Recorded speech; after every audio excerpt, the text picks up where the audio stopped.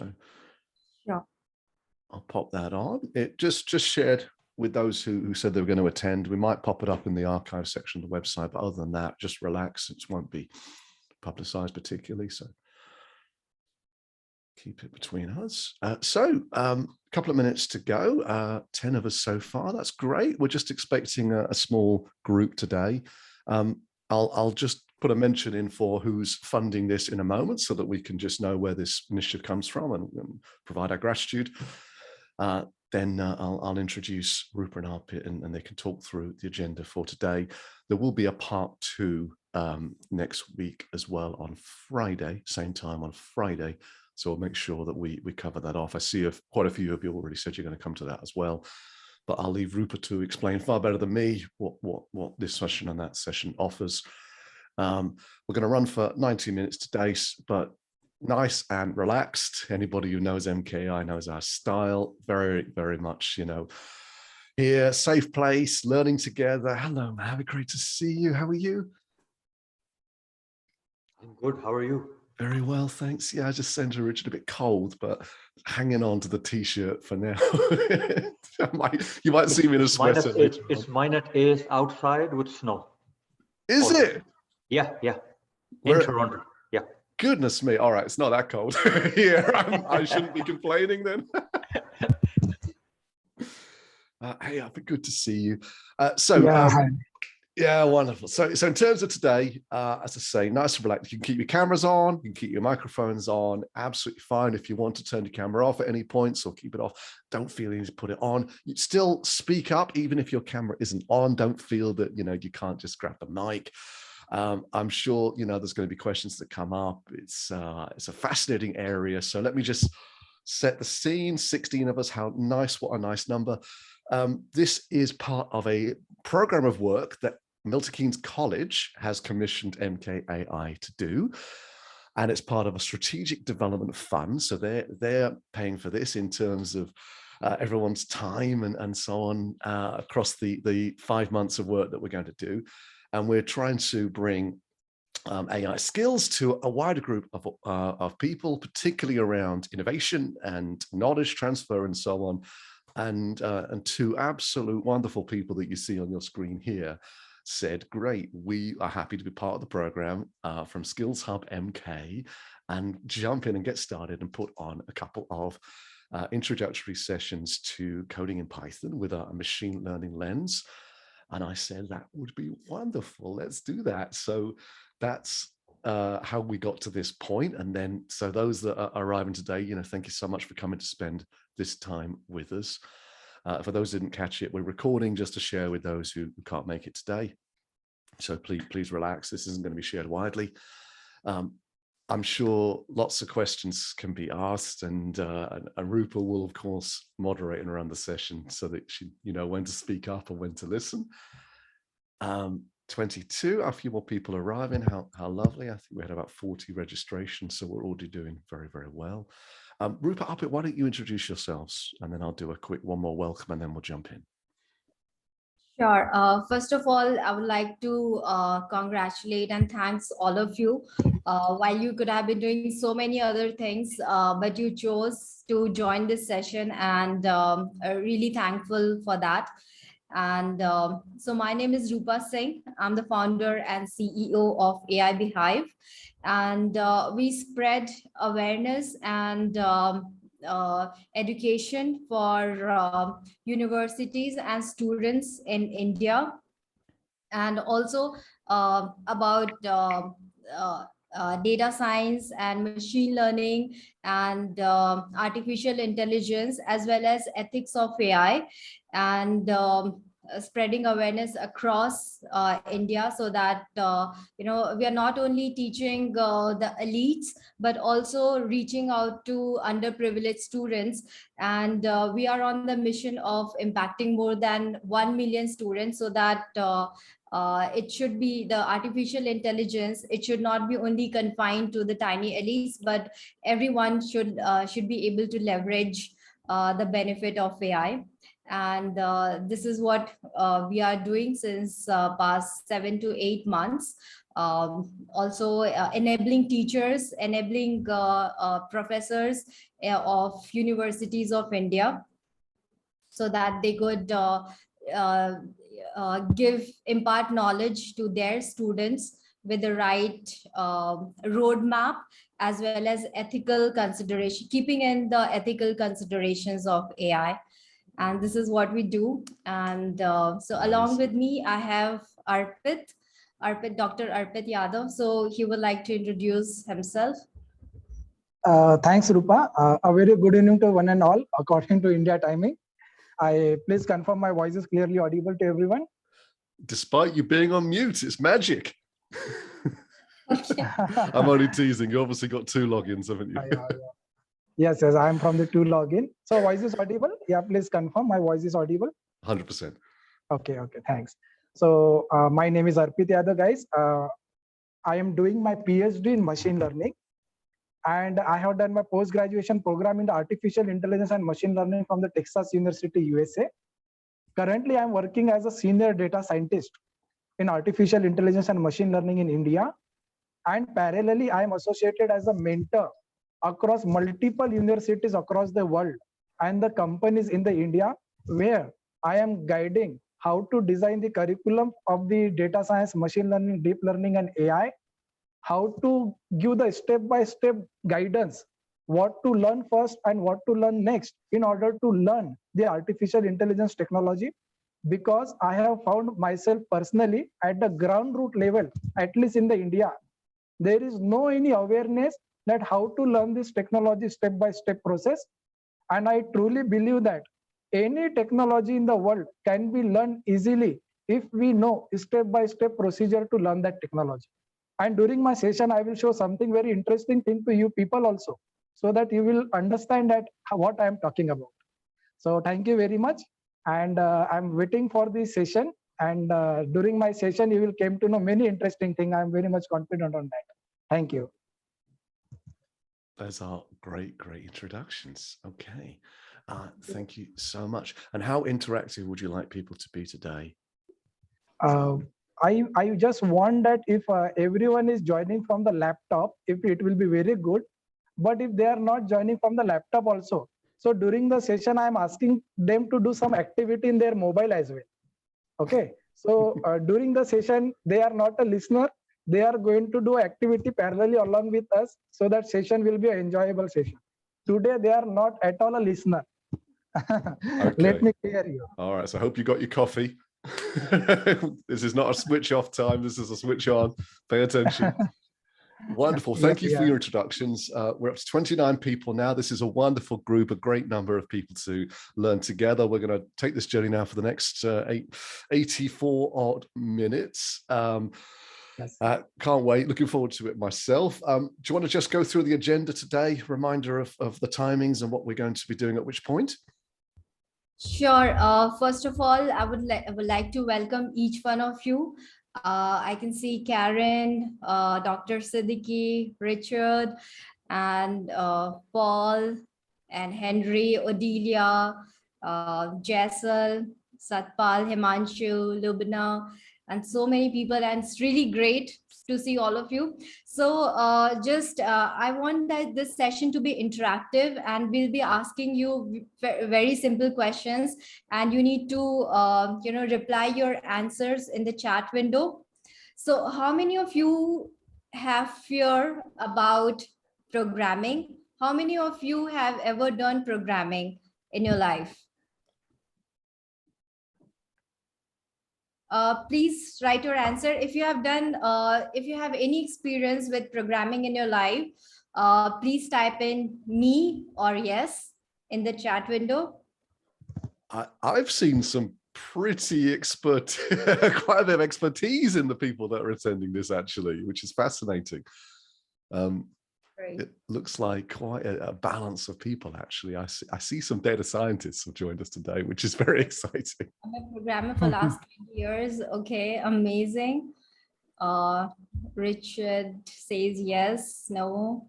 Okay, great. So we have a mix of people who have both programming and non-programming background. And how much do you scale yourself on a 1 to 10 rate yourself on a scale of 1 to 10 in Python. And 10 being the highest, 1 being the lowest. Okay.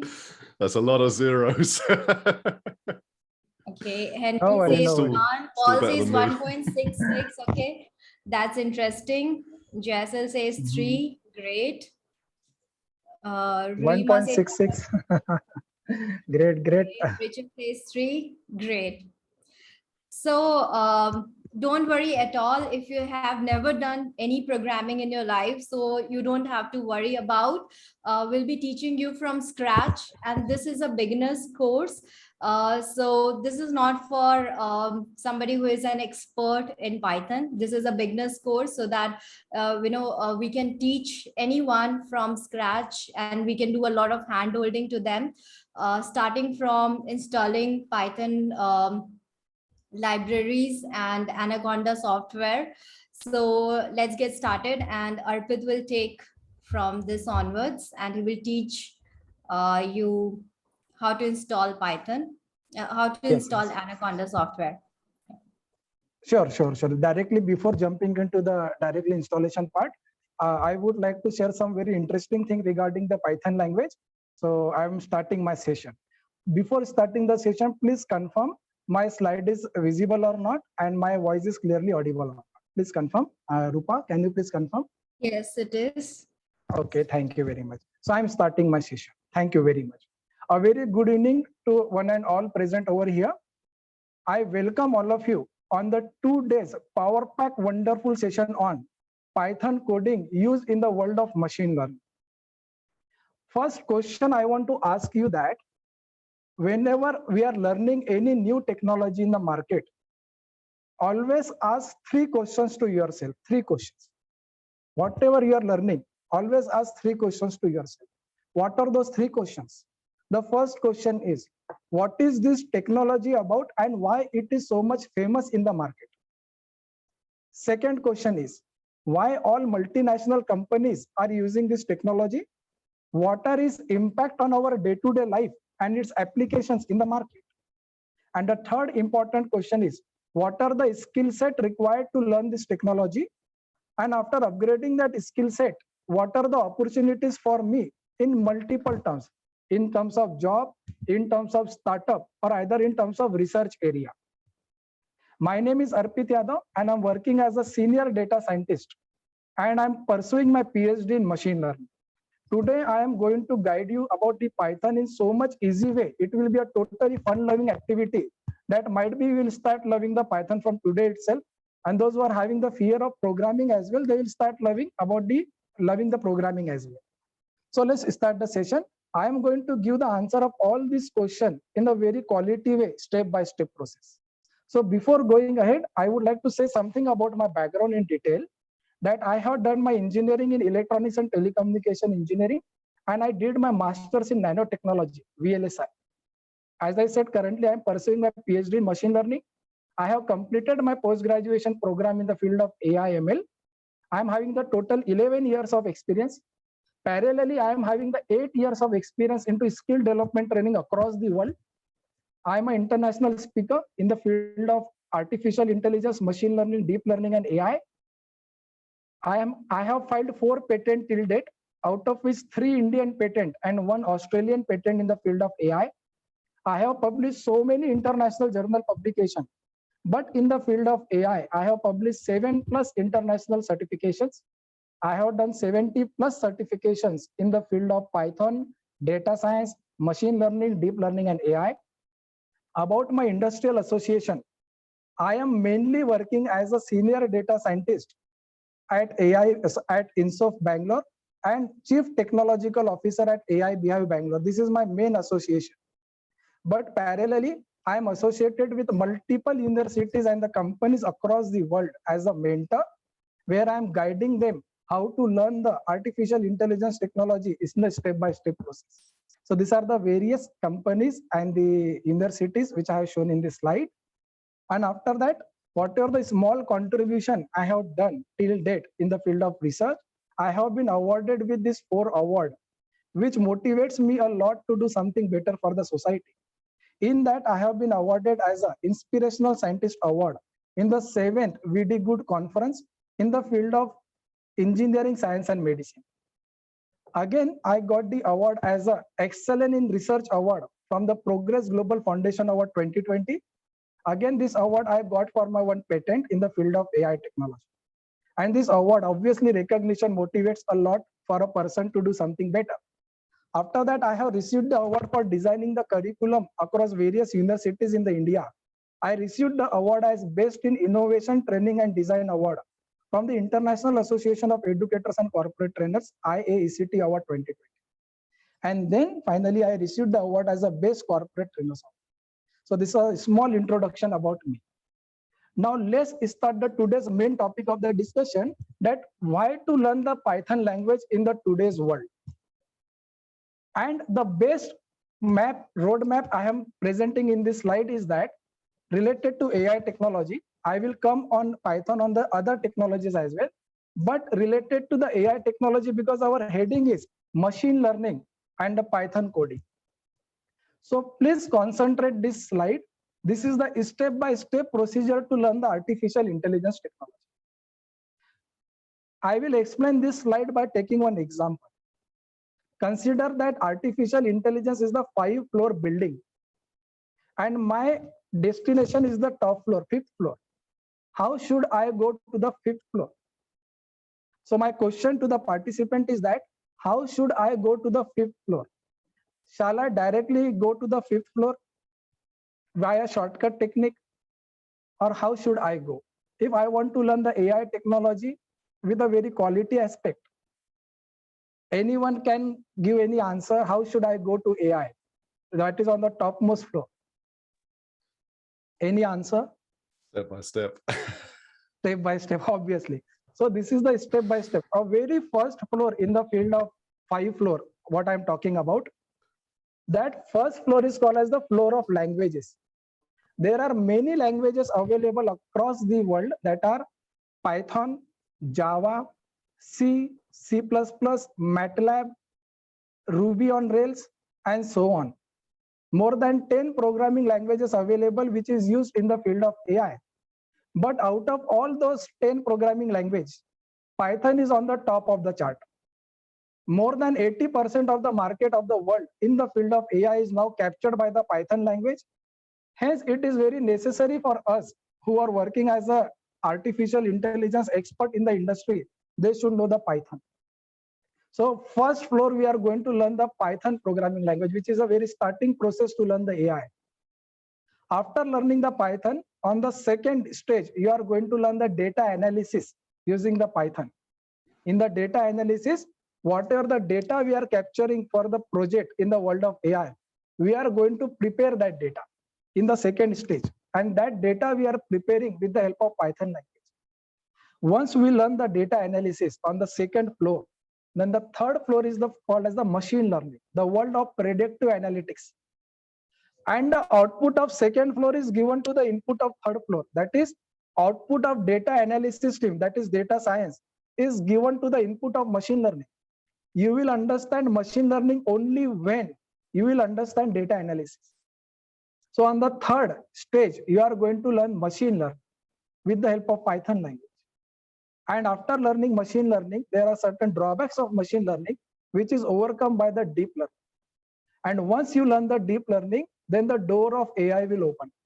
And what is the AI, artificial intelligence? I am having the habit to teach the technology from the word itself.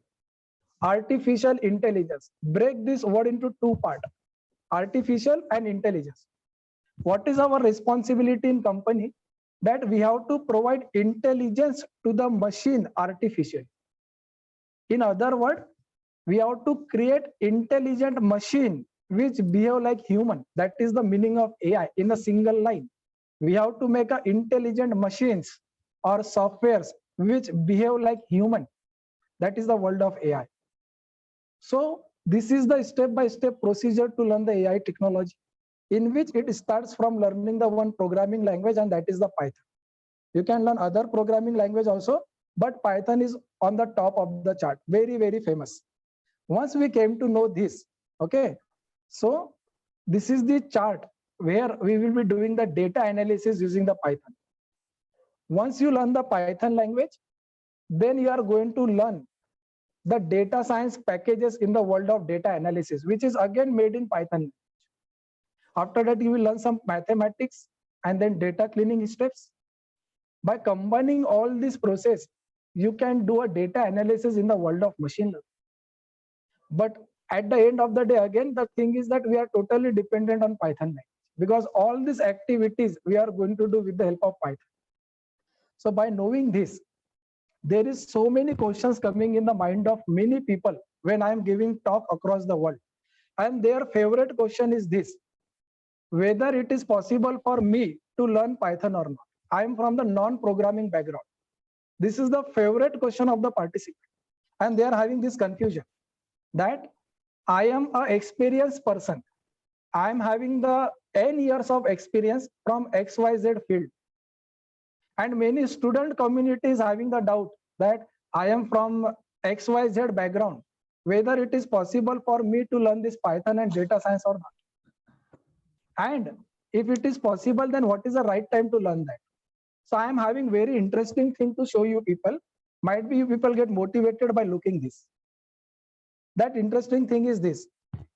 He is Mr. Siddharth Pillai, 15-year-old boy in India, 15-year-old boy in 2019. And he was working as a data scientist in company, a school grad. He is still not completed his 10th standard, 10th grade. He was in 7th grade and he was working as a data scientist in company. And this is a true news because I have validated this news. His interview has been taken by so many news channels in India. 7th grade student. Similarly, I am having the other example. He is Mr. Tanmay Bakshi, 16-year-old boy, very famous in the international market as an AI researcher. He is giving his talk in the field of AI. He is a TEDx speaker as well. 16-year-old boy. Again, I got shocked when I came to know about him. He is Mr. Sarang Sumesh from India, 8-year-old boy, 8 year, and very famous for making artificial intelligence robot with the help of machine learning and Python. And his episode has been telecast in the History News channel as well. He is the youngest TEDx speaker, 8-year-old boy, motivating so many people in the India. And last, again, I got shocked when I came to know about him. He is Mr. Arham Om Talsani, 6.5-year-old boy from India. His name has been recorded in the Guinness World of Record. What is the reason behind that? Very simple. He is the youngest in the world who has cracked Microsoft Python examination certification. Youngest in the world, 6.5-year-old boy. My question to all the listeners is that, and so many people is having the doubt that whether it is possible for me to learn the Python, data science and machine learning or not, because I am from XYZ background. So my question is very simple, that these small children, those who are not having any background also, they can learn this technology, then why we people can't? Why we people can't learn? So the answer is very, very simple, that anyone can learn the technology irrespective that, if provided that three things. If proper guidance and proper mentoring is provided to you people at proper time, proper resources is provided to you people at proper time, and the third, learning attitude. If we are having the learning attitude at any age in the world, you can learn the Python or any other technologies as well. So the answer is very simple. Data science, machine learning, Python can be learned by anyone. You want a perfect learning attitude and a proper guidance on that. And what is the right time to learn this? We are already late, because small children are learning this technology. So we have to start from today itself, and we can learn that technology. So let's begin to learn about what is the world of Python, why it is so much famous in the market, why all the multinational companies are using the Python language, what are its application in our day-to-day life, and how it is impacting our life. And finally, after learning the Python, what are the skill set you are having so that you can do the n number of application in the real-time market. So today we are going to focus on the history of Python, why Python is so much famous, what are its advantage in the industries for the multiple applications, and so on. So let's start the session. So every giant companies in the world, either it is Google, Microsoft, NASA, and every multinational companies are using the Python language for their n number of the applications, n number of. Either it is machine learning, or either it is website development, or either software development. Everywhere Python is there now. And it is one of the favorite language in the data science and artificial intelligence community. Favorite language because of its various reasons. What are those reasons that we are going to learn today? After knowing this, if you will search in the Google, most famous and most used technology in the world of AI, you will get a result of different languages. In the majority of searches in the Google, you will find Python on the top. That Python is the most wanted language, most favorite language among all the other language in the world right now, because of its various reasons. Again, I'm saying, what are those reasons that we are going to learn it? After knowing this, same thing, you can just write the keyword, what is the top programming languages in the world? You will see on the majority of searches, Python is on the top. And this all result is giving us a direction that as a beginner, which language should I pick to learn the field of machine learning? Obviously Python. Answer is simple, Python. So after knowing this reason, what are the benefit of Python language? After learning the Python language, where in future should I use the Python in my work and in my various processes? So if you are a expert in other domain in the industry, you don't know Python, but you are an expert in other domain. And after learning the Python, there are n number of the application you can find in your own respective domain. And we can use the Python for that respective domain. But how? Let's check it. The benefits of Python is that in the world of AI, it is one of the most favorite language, there is no doubt. In the world of machine learning, in the world of statistics, deep learning, data science analysis, and everywhere we are using the Python language, because many powerful ready-made package means it is one ready-made module available in the Python. Just use that, you will get the answer. You will get the answer of that. So because of these benefits in the world of AI, Python is the famous. Again, in the various other domain, these are that. In the field of software development, in the field of website development, in the field of GUI application, graphical user interface, networking company, education company, business development, gaming industries, everywhere Python. And it is winning the race right now because of its easiness, because it is very easy to learn. And today you will experience, when I will start the practical session, that how easy the Python language is. After knowing this reason that it is so much famous, used in various reasons, after learning the only Python language, this kind of designation for the young people they are having in the market. They can become a Python developer. They can become a research analyst using the Python language. They can become a data scientist after learning the Python, data science, and machine learning. They can become a software developer, and so on. There are n number of the application in the market for the young grad. This slide is for those who are a student or a college grad. After knowing this, there are the various reasons to learn the Python because of its easiness and so on. But before jumping on the Python, we should know that Python is developed by which person. So Python is developed by the Guido van Rossum in the year of 1991. He is the person who has invented Python language. And one interesting thing I want to ask you people, that why the Python language has given the name Python, why not other name? Why Python? Anyone knows the reason? Anyone? Those who knows the reason, can you please give me the answer?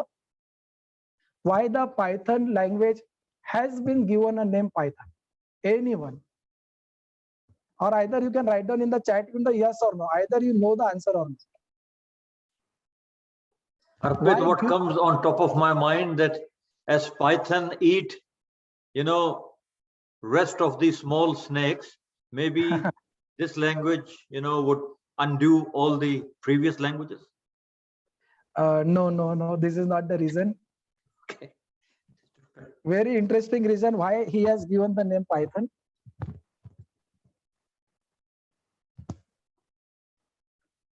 Okay, let it be. I will give the answer because of the time limitations. Because Guido van Rossum was the fond of one serial, BBC News Channel 1 serial. That serial name is Monty's Python Flying Circus. Monty's Python Flying Circus, and from that serial name, he has taken the name Python. And Python is made from so many other languages, that is called C, C++, Algo 68, and so on. So this is the just small history of the Python. And after a few slides, I am going to start with my practical session, because today we have to interact with the Python language. So from this serial, Python name has been taken. And in the industry, there are two versions of the Python language, Python 2 and Python 3. Python 3 is heavily used in the industry. 80 to 90% of the industries are using the Python 3. It means as compared to Python 2. So Python 3 is heavily used in the industry. This is just for your kind of information, because might be anyone ask you the question, which version of Python you are using? So Python 3. After knowing this, now this is the last slide. Then after that, we are going to do a practical on that, where we are going to write the Python code. When I am going to learn the Python language, so I should write the Python code in some environment. Where should I write that? So that environment is called as the Integrated Development Environment, IDE. Where in which software application should I write the coding? So that portion is called as the IDE, Integrated Development Environment. And these are the various IDE available in your slide: PyCharm, Spider, Jupyter Notebook, Rodeo, and so on. But among all these IDE, the most easy and favorite IDE is Jupyter Notebook. Jupyter Notebook is the most favorite IDE. And right now, just after this explanation, I will let you know how to use the Jupyter Notebook in so much easy way. So here in this Jupyter Notebook, we are going to write down the Python code. So now let's begin that how we are going to get the Jupyter Notebook and how we are going to use this Jupyter Notebook in order to write down that. So please concentrate carefully. So to download the Jupyter Notebook, we are going to use one software tool that is called as Anaconda. And step-by-step process, I'm guiding you how to download the Anaconda. So please take a note. I am just typing in the Google Anaconda Python like this. Type in the Google Anaconda Python. This page will open and go to the very first website link, that is www.anaconda.com. Go to that. So homepage of anaconda.com will be open. So this is the homepage of Anaconda software tool. Why we are using this Anaconda software? Because of its multiple advantages. When we will download the Anaconda software, so by default, Jupyter Notebook also get downloaded, and all the necessary packages which is used for the world of data science, machine learning, deep learning, and AI is also installed along with Anaconda. Hence, this is the advantage of downloading the Anaconda. So after visiting this website of anaconda.com, this is the homepage of that. Go to the product section and go to this individual edition. Click on this. And this is free of cost. Anaconda tool is free of cost because it is open source software tool. And after clicking on that individual edition, this page will open. Go to the bottom of the page. You will find this Anaconda installer. This section you will find. And here different operating system name has been given. Windows operating system, Macintosh, and Linux operating system. As my operating system is the Windows operating system, so just check what is your laptop configuration. That means your laptop is of 64-bit or 32-bit. And if you are having the confusion how to check this 64-bit and 32-bit, so just go to your desktop and just go to your icon of my computer, right click on that. Your property of computer will open, where it will be written that your computer system or laptop is of how much bit operating system. So my operating system is a 64-bit operating system, 64-bit. By knowing this configuration, I will click on 64-bit installer. The moment you will click on 64-bit installer, automatically downloading will take place automatically. And it will get downloaded. After downloading, you need to install it by running that. So it will take 30 to 40 minutes of time for installing the Anaconda. Once the Anaconda software get installed on your system, then there is one very beautiful thing about the Anaconda software is that whenever we are downloading any software also, so there is the icon visible in the desktop of that software to open that software too. But when you will download the Anaconda, there is no any icon from where to open that. So to open the Anaconda software tool after installing on your system, just go to your search option and write down Anaconda Navigator. Just write down Anaconda. Like this, Anaconda. It is taking some time in my system, just a second. Anaconda. So the moment you will write down Anaconda, so see here it is written Anaconda Navigator with the help of green color. Click on that and wait for a moment. Anaconda Navigator will open. Just wait for a moment. Meanwhile, parallelly, those who are not having the laptop right now and those who are having the laptop also, they are now downloading the Anaconda tool. Parallelly, please go to Google, everyone. It is my request for everyone. Go to Google and write down Google Colab. Also, Google Colab. I would like to check that how many of you have already installed Anaconda software. Please type in the chat window. If you're facing any issue at some step, or if you are able to follow along, please type in the chat. Installing now. Okay, great. Rosa says it's starting to install. And anybody facing any issue with installation? Okay, great. Awesome. So some of you are able to install. That's really nice. Great. Great. So if you want this to be repeated, we can also repeat if somebody is facing any issue. If anybody facing any issue with the installation, please type in the chat window. And also please let me know that either I'm going in a very fast speed or my speed is good. Please confirm me. My speed of explanation is going fast or is this good? So this, see guys, this is the home page of Anaconda software tool, Anaconda Navigator. This is the home page. And from this home page, you people can open the different IDE, integrated development environment, where we are going to write down the Python code. Okay. So on this home page of the Anaconda Navigator, you can see PyCharm, Jupyter Notebook, and Spider as well. These are the three very important IDE in the world of data science and machine learning, which is already by default installed along with Anaconda software tool. So here, as I said, mostly we people are using in the industry Jupyter Notebook. PyCharm is also used, Spider is also used, but mostly we are using the Jupyter Notebook. So I will guide you today's Python, all the practical thing with the help of Jupyter Notebook. So you can open the Jupyter Notebook by opening Anaconda Navigator from this home page. Just click on this launch. This is one of the way to open Jupyter Notebook. One of the way. Other easy way is instead of opening from Anaconda Navigator, directly go to search option and write down JUP, Jupyter. And this option will available in front of you, Jupyter Notebook in bracket Anaconda 3. Click on that and just wait for a second. Jupyter Notebook is going to open in a web browser, by default web browser.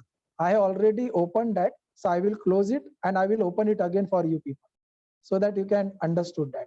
This is my Jupyter Notebook. I'm closing it.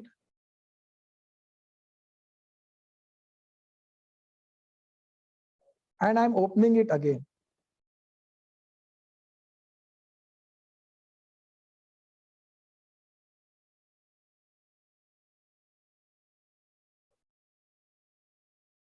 Meanwhile, your installation is going on.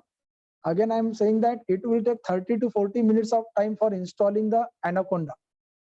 Once you install that, then you can open the Jupyter Notebook by the shortcut technique. Just write down JUP in the search option and click on that and wait for a moment. This black color window will open. Wait, you don't have to do anything. And your Jupyter Notebook is going to open in the web browser, by default web browser of your laptop. So my web browser is Google Chrome. So it is opened in the Google Chrome by default. And this is the home page of Jupyter Notebook. This is the home page of Jupyter. And parallelly, as I said, those who are not having right now Jupyter Notebook, just go to Google, everyone. Those who are attending from mobile also, go to Google and write down Google Colab. Like this, write down Google Colab. What is Google Colab? So that Colab is a open source, free of cost Jupyter Notebook provided by Google company. Free of cost. You don't need to install Anaconda as well if you want to work in Google Colab. But Google Colab required internet always if you want to work on Google Colab. And after installing Anaconda, it does not require internet. You can work if you are having the data available. So parallelly, everyone, please write down Google Colab. Those who are attending from laptop or those who are attending from mobile as well, write down this. Then very first link is present here. Welcome to Collaboratory. Click on that. Click on that. One home page will open of Google Colab. Okay. And how to work on that, I will guide you. It's very interesting. Okay. Now this is the home page of Google Collaboratory. In this home page, go to the bottom of the page where it is written new notebook. New notebook. Click on that. And just wait for a moment. Your Google Colab Jupyter Notebook will open now. And this is the home page for that. Google Colab Jupyter Notebook. This is the Google Colab. This is the Google Colab, guys. Okay. Parallelly, everyone. Now, here we are going to write down the Python code. And why Python is so much famous. Now, let's have an experience of that. In this Google Colab, the horizontal line which you are observing, this is called as a cell, C-E-L-L cell. Here, either you can write down the code or either you can insert the text. If you want to insert the text in this, just click on this text option, click on that text and write down, I am writing MKAI and AI Beehive. AI Beehive. Just I am writing like this. And click on this double T toggle heading option and press Shift Enter from your keyboard. Shift Enter. Press it. I have given the heading. I have given the heading in the Python language, MKAI and AI Beehive.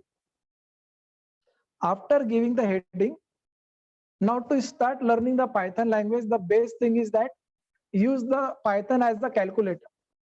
Calculator. I am writing here in front of you 2 plus 3. 2 plus 3 and just click on this black color button as well. It will run. Initially, it will take some time to run. Parallelly, you can perform along with me in the Google Colab. You will get the answer as a 5. 2 plus 3 as a 5. And now to add number of cell below the 2 plus 3, just click on this code option and number of times, 1, 2, 3, 4, 5, that number of cell will be created. And now you can perform all the arithmetic operations here, 2 plus 3, then 5 minus 6, you can do anything. You can do all arithmetic operation parallelly. 5 multiply by 7, you do anything. It is up to you. So I am doing all the arithmetic operation initially just to show you that how it is acting as a calculator as well. In the other languages, you have to write down something here in order to write down this 5 minus 6, 4 plus 3. That means you want to write down libraries for that. You want to install the libraries for that. Here we are directly writing 5 minus 6, 4 minus 3, anything, any arithmetic operation. This is because Python is called as the dynamic type programming language. What do you mean by dynamic type programming language? You don't need to write down the data type specifier for this. Data type specifier means We're these are getting the data. distortion on your voice again. If you want to ease off the microphone. Hello. No, Yeah, just am ease I off the audible? mic. It was distorting. Okay, just a second. It's perfect. Now, Now, perfect. now Yeah, can you perfect. confirm? Yeah, perfect. Okay, Thank you. Thank you, thank you. Now, one my question to everyone. In the real-time world of the machine learning and artificial intelligence, we are getting the data in n number of format. Data.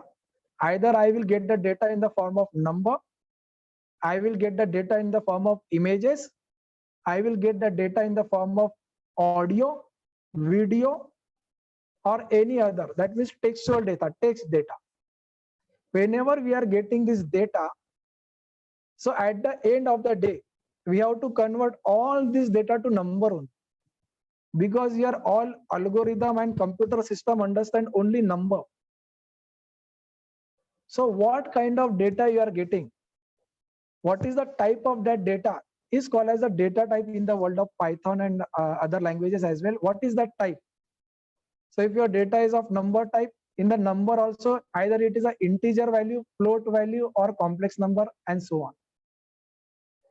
So initially we are just learning how Python is acting as a calculator without doing anything, just write down that. And now you can observe here I have written 5 divided by 6, it is giving that answer. If I will write down 5 divided by 2, it will give me the answer 2.5. But in the Python, one interesting thing is there. If I will write down 5 double slash by 2, 5 double slash 2, what is the meaning of this double slash? It will only going to give you integer division, not 2.5. It is only going to give the answer 2, not 2.5. This operator is called as integer division operator in the Python language. Integer division, 5 double slash 2, integer division. And if I will write down 5% 2, it will give me the remainder of the division. 5% 2 means it will divide 5 by 2. What will be the remainder? It will be the answer. Answer is 1. Remainder. So just right now we are playing with the Python. That means it is a arithmetic operation we are performing. We can do n number of things with that. And I am explaining with the help of Google Colab in front of you. And I want to ask that parallelly, those who are listening this webinar with the help of mobile, have you opened the Google Colab? If yes, write down in the yes in the chat window. And if you are parallelly performing this activity with me, please confirm me by writing yes in the chat window. Then I will go ahead. Those who are extremely new, those who are not new, those who are knowing the programming language, for them it is means they will say that what I am teaching now. But it is for newborn babies. This is for newborn babies in the world of Python. And this I am explaining in the Google Colab. But let me come to the Jupyter Notebook as well. In the Jupyter Notebook, very, very important and very easy. This is the home page of Jupyter Notebook. When you will go to search option, write down Jupyter Notebook. After clicking on that, it will open in the web browser. This is the web browser.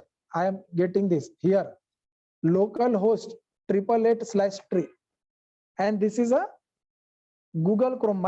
In my system, Google Chrome is my by default web browser. In your system, whatever by default web browser will be there, it will open in that.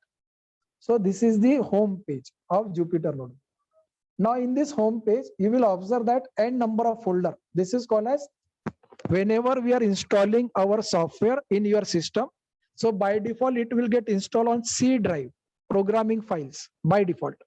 So this is that folders appearing here. So in that, go to desktop. So in my desktop, whatever the folder and files are visible is also visible in Jupyter Notebook because I have selected desktop. It is also visible here. Now what I am going to do in desktop in front of you right now, I am going to create one folder called MKAI. I am creating here MKAI. I have created one folder in the desktop.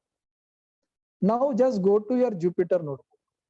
I am already into a desktop folder in the Jupyter. Again, I am repeating once again. This is the home page of Jupyter Notebook. When you will open, in that you will observe desktop as an option. Click on desktop. So all the folder and files of the desktop will appear here. And just right now I have created one folder called MKAI and which is appeared here right now, MKAI. Click on that. So that folder is the empty folder. So it is showing right now. Now here, go to the right hand side. In this Jupyter Notebook, go to right hand side in this new drop down button, new. Click on that and click on Python 3. Click on that. After clicking on Python 3, now the main page of Jupyter Notebook where we have to write down Python code will be open. We'll be looking exactly as Google Colab like this. This is also cell here. This horizontal line in Jupyter Notebook is called as cell, C-E-L-L, cell. And this cell we can use in four different ways. What are that? So in this Jupyter Notebook, you can observe in this drop down button, 4 options are available in front of you. Code, markdown, raw NB convert and heading. What is the meaning of all these 4? I will show you. Just wait for a moment. So if this horizontal line I want to use as a code, writing the programming, so this drop down should be selected as a code. And it is selected as a code. I'll just jump in a second if that's okay. Yeah. So it might just be me, in which case, of course, apologies, but my Jupyter hadn't quite installed as you started this. So I'm 90 seconds behind you because it only just installed. So I've just got it up on my browser. Can we just do a quick check where everybody else is at? Mm-hmm.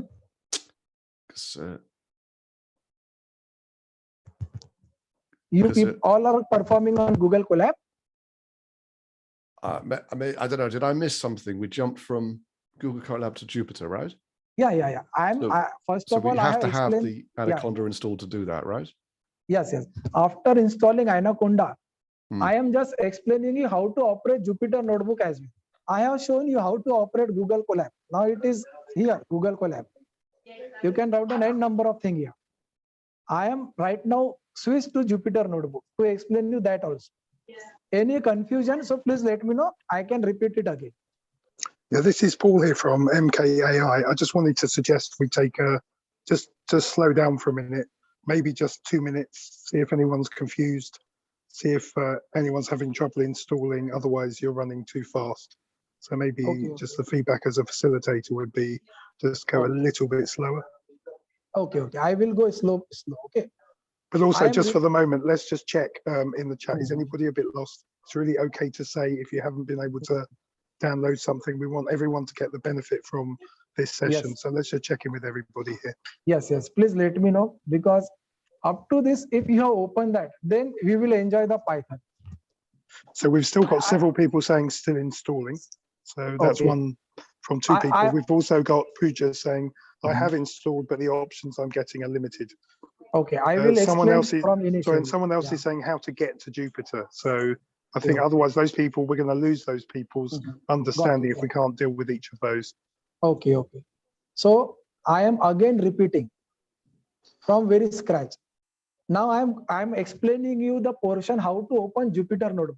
Now forget right now at this moment about Google Colab. I am explaining you after installing Anaconda tool, how to open Jupyter Notebook. Anaconda is installed. Just assume Anaconda software is installed in your system. Now you will go to desktop. Now this is my desktop. I will go to search option. Search. Just write down JUP, Jupyter. It will automatically come. Arpit, Yeah. just one moment, please. Yes. Totally lost here, but I'm trying to remake it. Is there any relationship or link between the the first thing between Anaconda and the Colab? Is there any link? Because No. Okay. Yeah, completely different. Okay, so Anaconda is running already. My Colab is open. The only thing is I have not reached to Jupyter yet. Yes, yes. So Yes, Richard, yes. if you could just send the link on the chat, it's much easier, instead of going back all the way to type it. If we just click on the Okay. link as you did One before. more thing I would like to add here to remove the confusion of all the participants.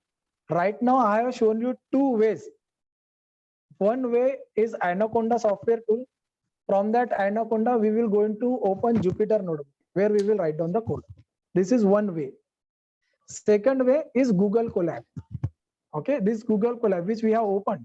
This Google Colab does not require any Anaconda, nothing. Directly internet and your laptop. Directly go write down Google Colab. So I and did enjoy that. from my perspective, I think what happened with me is that as you showed Jupyter, my install finished, and I was like, "Oh, good Lord, we're jumping into Jupyter now, quick!" And so I started loading it as you were doing that. So I missed the first couple of steps. Then I realized that you were just showing what the equivalent looks like in Jupyter. Yes, so I realized I yes. didn't need to catch you up, and that's why I just got a little confused for a second because of the timing. No worry. So this is the page which is open in my system is of Google Colab. Google Colab is free open source tool from Google company. This is also Jupyter Notebook, but this is open source tool from Google company running on the cloud of Google. That's it. So can you do the same thing in Google Colab and then Jupyter? I know one's offline and one's online, you mentioned, but other than that, are they similar? Yes. Are they the same? They are similar in terms of writing the code. Only the environment is changed.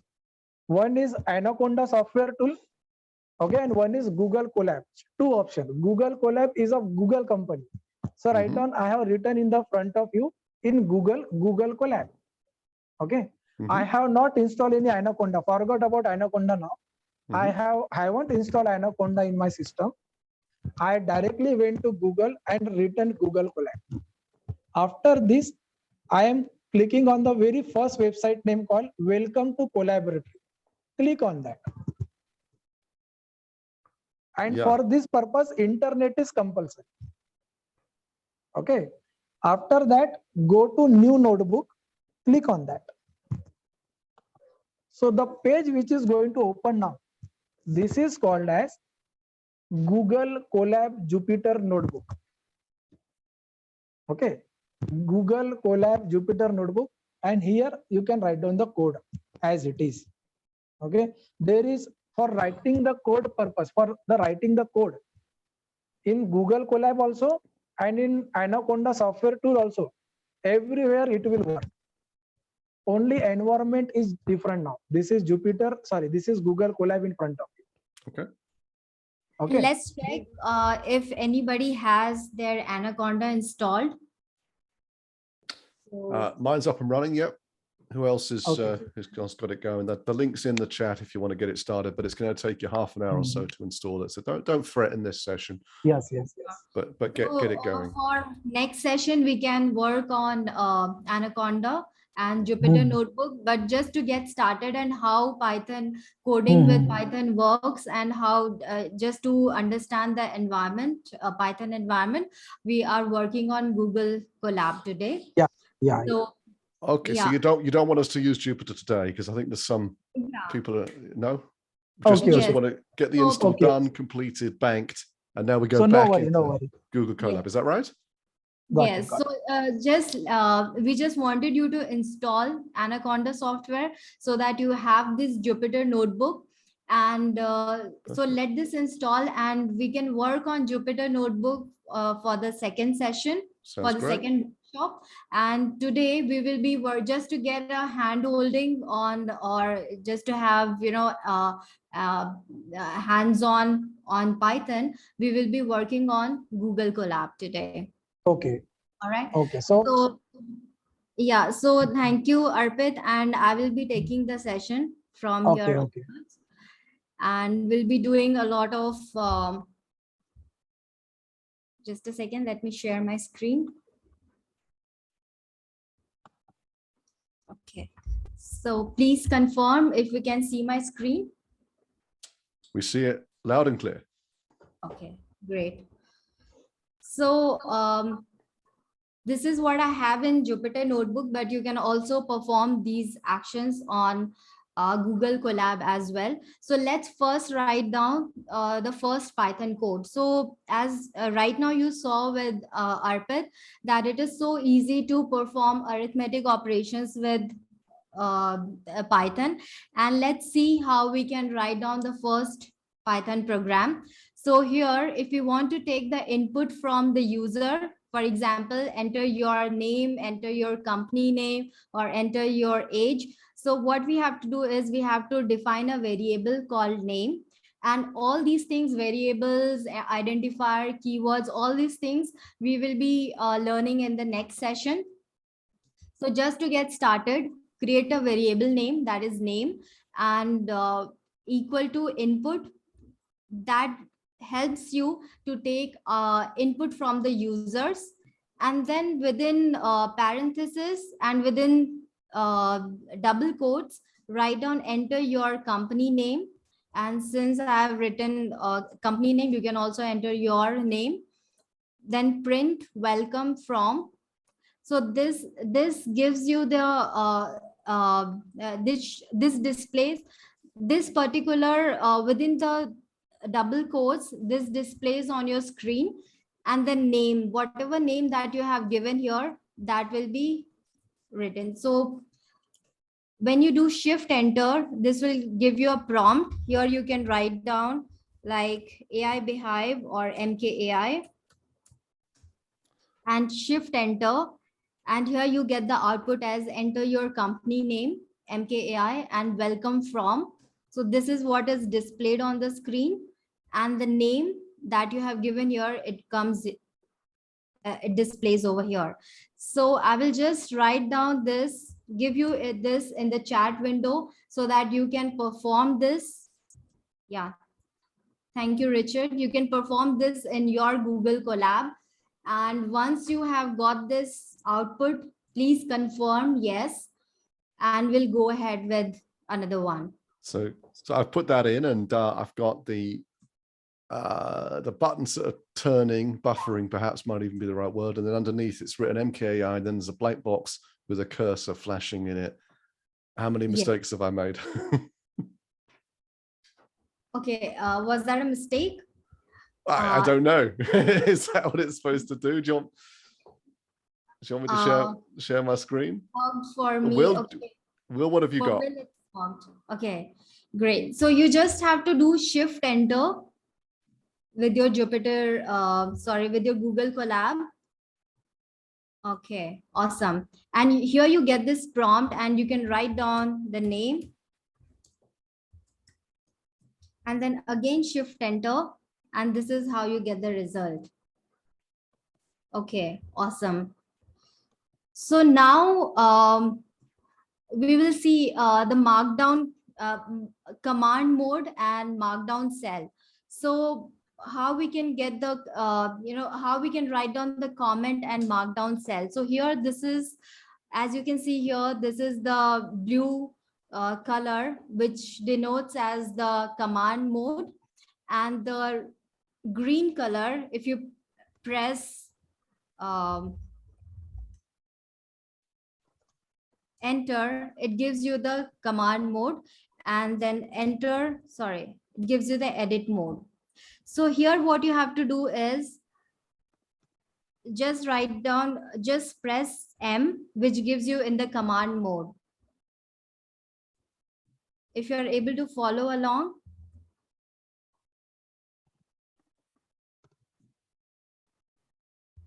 Or let me help you. If you want to write down the title.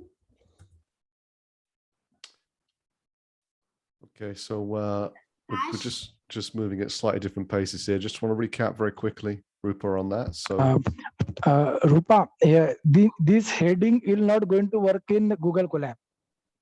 Okay, this is not going to work in Google Yes, Colab. in the Google Colab, there is no any markdown there. There is no any drop down button. This you are explaining in your Jupyter notebook. Google Colab is not having this option. Okay.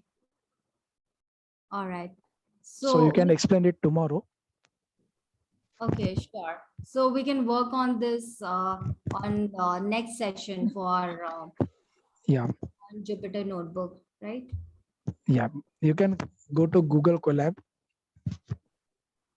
Okay. Rupa and Arpit, you know, just before you finish today's session, give some kind of homework. Like homework means what we have to do for the second session, you know, a kind of practice or baseline. Yes, yes.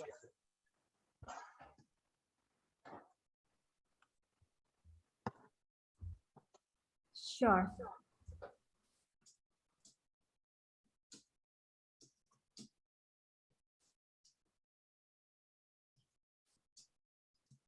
So this is what we are going to, we have this in Python. Please let me know if my screen is visible.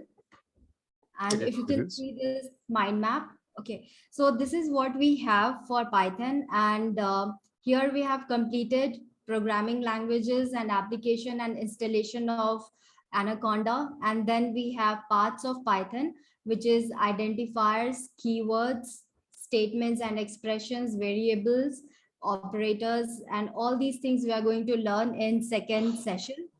And then we have the Python, the list is long. So we have control flow statements, functions, strings, list, and dictionary and tuples. So don't get intimidated. This is not that tough, and you can easily learn all of this once you are familiar with working with Python. So it will not be very difficult for you. So these two things we are going to cover in these 2-day workshops. So let me start with identifiers. And just a second.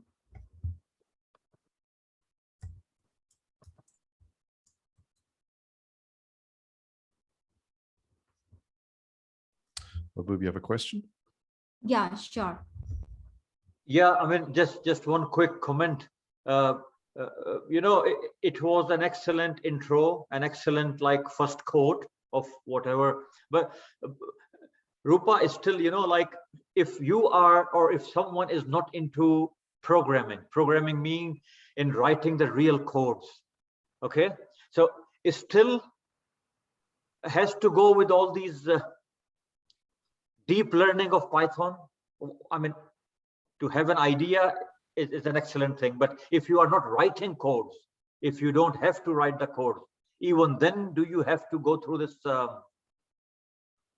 deep learning of Python or deep dive? Okay, that's a very good question, Mohammed. And you do not need to have in detail, you do not need to learn a lot of Python, but just to have an overview about Python, that how it works, it's always a great idea, because when you are understanding about AI and machine learning, and how your developers and others, people are working on creating products and services. So it is always a great idea that, on what platforms they're working and how they are using these codes. So it is always a good idea. And it's not necessary that you need to become a developer. And since Python is quite an easy language, So that is why we have this, privilege and luxury that we can understand these working with, Python and how these algorithms are being developed. No, perfect. It was an excellent explanation of how the process works. Even, Yes. yeah. Thanks again. Carry on, please. Oh, Great. at the end, I will show you one more very fun-loving activity. Means, although we have just started today learning the Python, but within the just 3 line of code, 3 line, we can able to generate QR code generator. Within just 3 line, the fun-loving activity. But after explaining, just after Rupa, you just first explain that. At the end, I will show that fun-loving activity. So let me first explain you identifiers.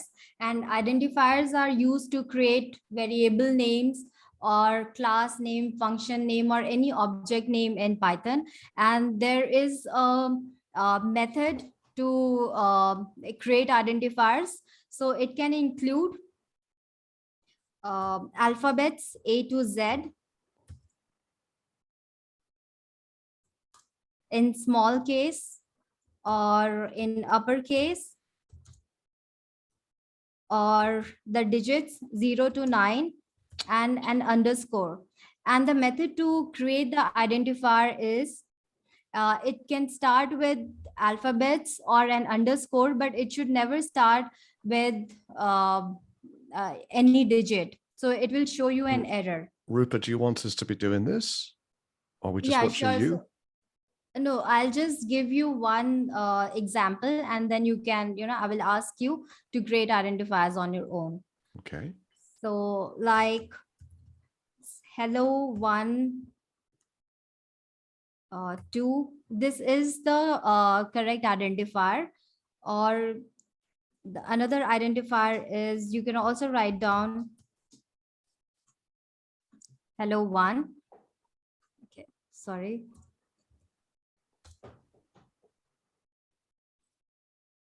And hello 1, this is also the correct identifier. And also identifiers cannot contain any special characters such as %, it cannot contain all of these. So can you create 3 identifiers and write down in the chat window?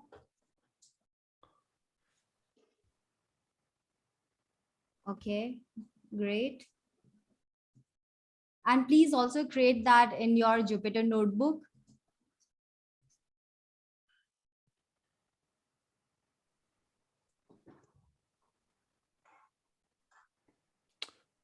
Rupert, do you want to do a check with people? Yeah. Okay. So, all right. So what's the ask at the moment then? To come up with our own identifier and put it into the notebook? Yes. Notebook. Yes. And please type in the chat window. Okay. So Ree's written Thursday _ today's date equals date.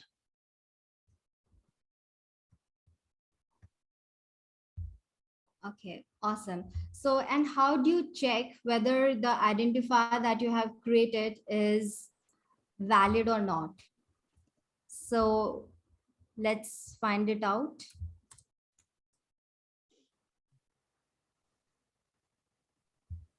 For example, we have created hello _1 and dot is identifier.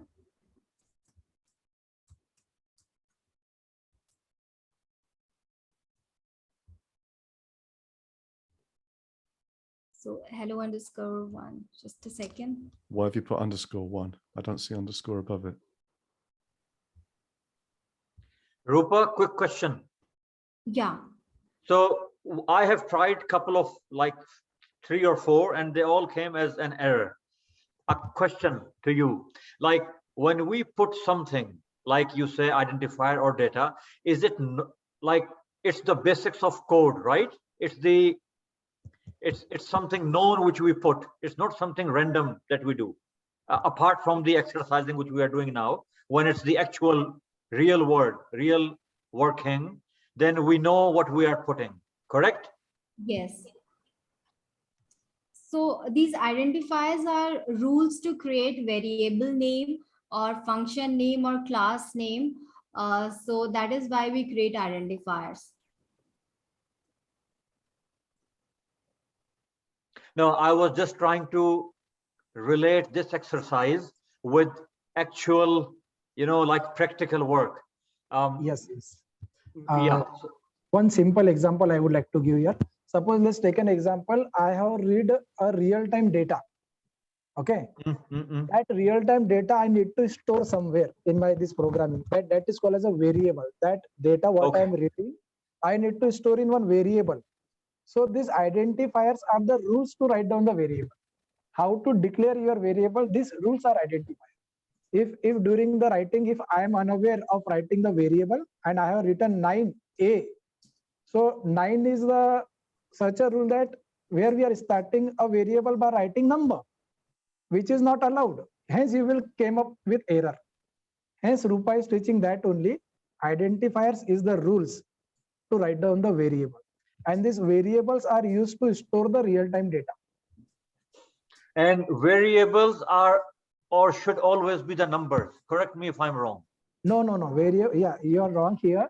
Variables are always not a number.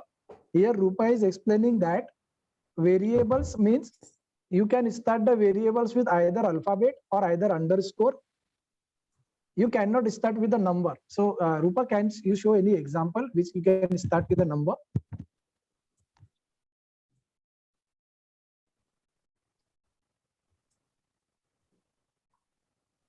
So yes, as you can see here, if you're creating any identifier and you want to check that whether the identifier is valid or not, and first of all, the rules to create, since we had decided this to, cover this in the next session, and we had all these mind maps and everything. But anyway, so identifiers are, we have different rules to create identifiers. For example, it can start, it can contain A to Z from small case and uppercase letters, 0 to 9 digits, as well as underscore, and it should never contain any, special characters. As well as the another rule is that it can start with A to Z alphabets and underscore, but it cannot start with digits. So here we have created one identifier which is containing alphabets, underscore, and a digit.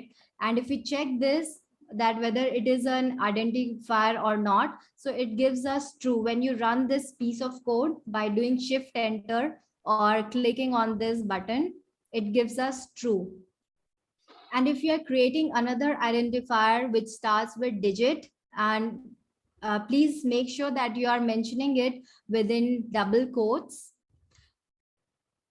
dot is identifier, and this gives you false because it does not comply with our rules since it is starting with the digits. So this is the reason we are getting false. So you can create 3 identifiers and just write it in your Google Colab and check whether the identifier is valid or not. Can you please do that and reply if it is done? Rupa, this is Paul here from MKAI. Can I just check in? Yeah. I think because both of you said that this was going to be interactive, and I guess the interactive element is that you're asking people to do stuff and put that in the chat. But I guess the other element is, I think some people are getting this and some people are confused and lost. So I think we have about 12 minutes left, and then there's obviously the next session. But is there any way you would like to deal with maybe some questions before you go on with more, is to make sure everybody on the call is up to speed? Because it's not a good place for anyone to be if they're just confused and lost. Yeah, sure. So you can please ask your questions. If anybody is getting stuck at any point, please let us know and we'll be able to help you with that. I mean, I guess my suggestion would be, because I think this finishes at 4:30, is probably just to invite people to say where they're at, perhaps ask them where they might be confused, any questions they've got, because we'll run out of time if you just continue with this teaching. And we've got people not participating because they're a bit confused. It's never easy to do a class where you've got different levels of knowledge and ability, for sure. But we've got questions coming in, so I would suggest, just because of time, and we have got another workshop, is to pause now, just and not go ahead, because we don't want to compound the confusion. So we've got some people are following, no problem at all. So it's just checking. So I've got Mohammed saying he's lost again. We've got a question from Will. I think the term identifier needs to be explained again. Thank you so much, Will. Mohammed saying he believes this stuff is too much for me in one session. So I think that was part of the feedback, is it's just going a bit too fast for beginners. And that's obviously important because we need to go at the pace of the slowest person as a group. So can we just maybe stop for a moment? And we've got a fundamental question, which is, could you just maybe take a step back so we take 2 steps forward? Can you explain very clearly what an identifier is? Sure. See, identifiers are, we create variables. For example,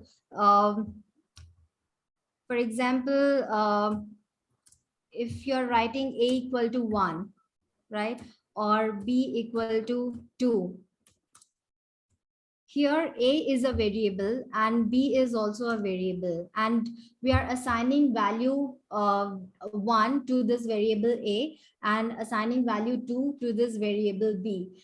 And for example, if you want to call this value A plus B and shift enter, you get 3, and you can Now, use. why would I use that? Give me a practical example of where I might use that.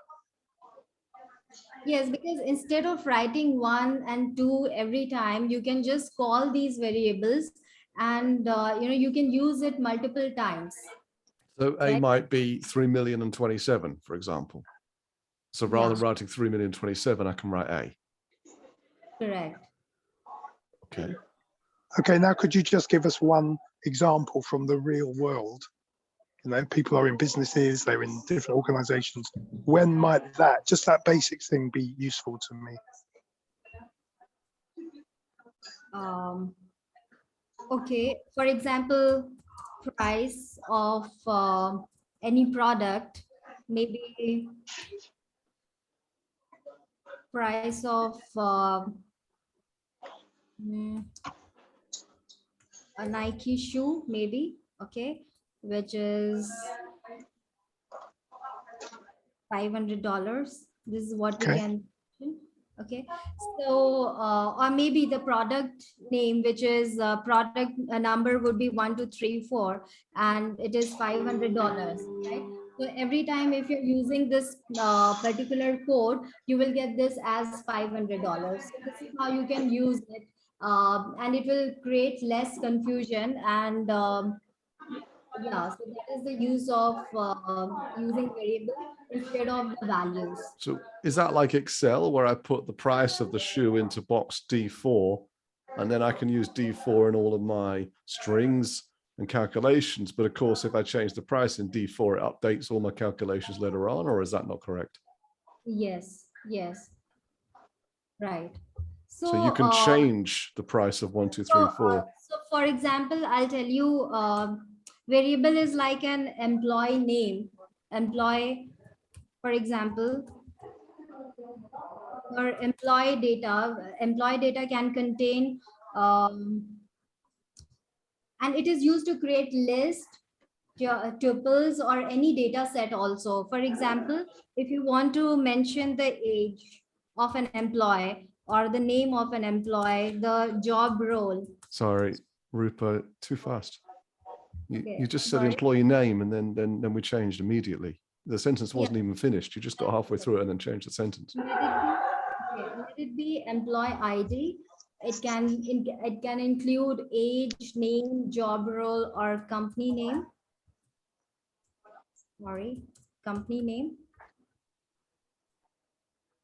So this can be used as a variable. Employee ID can be used as a variable for this particular list.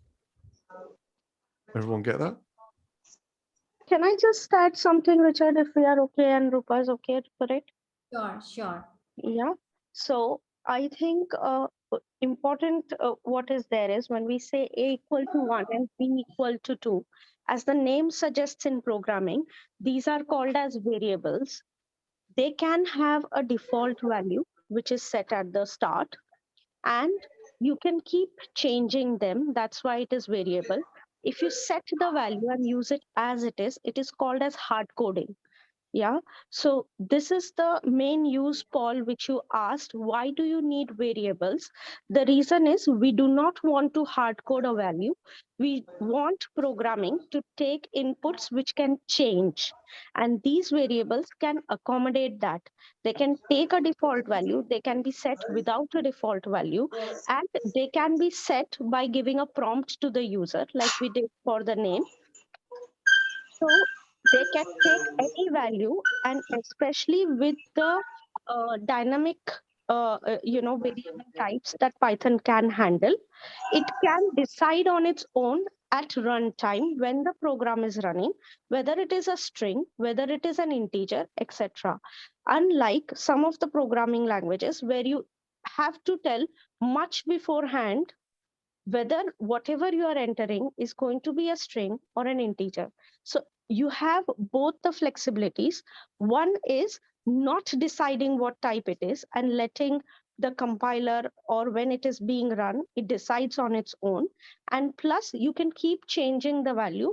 That is why it's the identifier. So it varies from time to time. You can keep changing it. And that's the beauty of it, I think. Rupa, over to you. Sorry, I just felt like adding this if this was useful in any manner. Yeah, thanks, Jessel. Thank you for adding this. And so it was really useful. And just So, maybe just adding one more thing to that. So what I believe about AI, and the really helpful thing from Arpit about the kind of ladder all the way up to AI. But if I imagine AI, and quite often we talk about things like chatbots that have been written by AI, I'm assuming what you're saying is if there was a prompt that said, how old are you?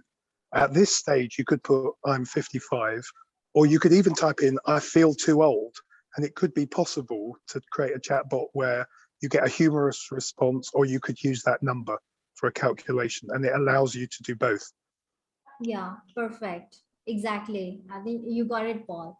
Whereas what you're saying is traditional languages, and I remember at school learning BASIC, it was not able to do that. It was very inflexible, because if it said, if you put in a word when it asks for a number, it would say, error, essentially. This allows the almost infinite possibility of, after a prompt, you could put all kinds of information in, text, number, or maybe even something else, and we would be able to do something with that without getting an error.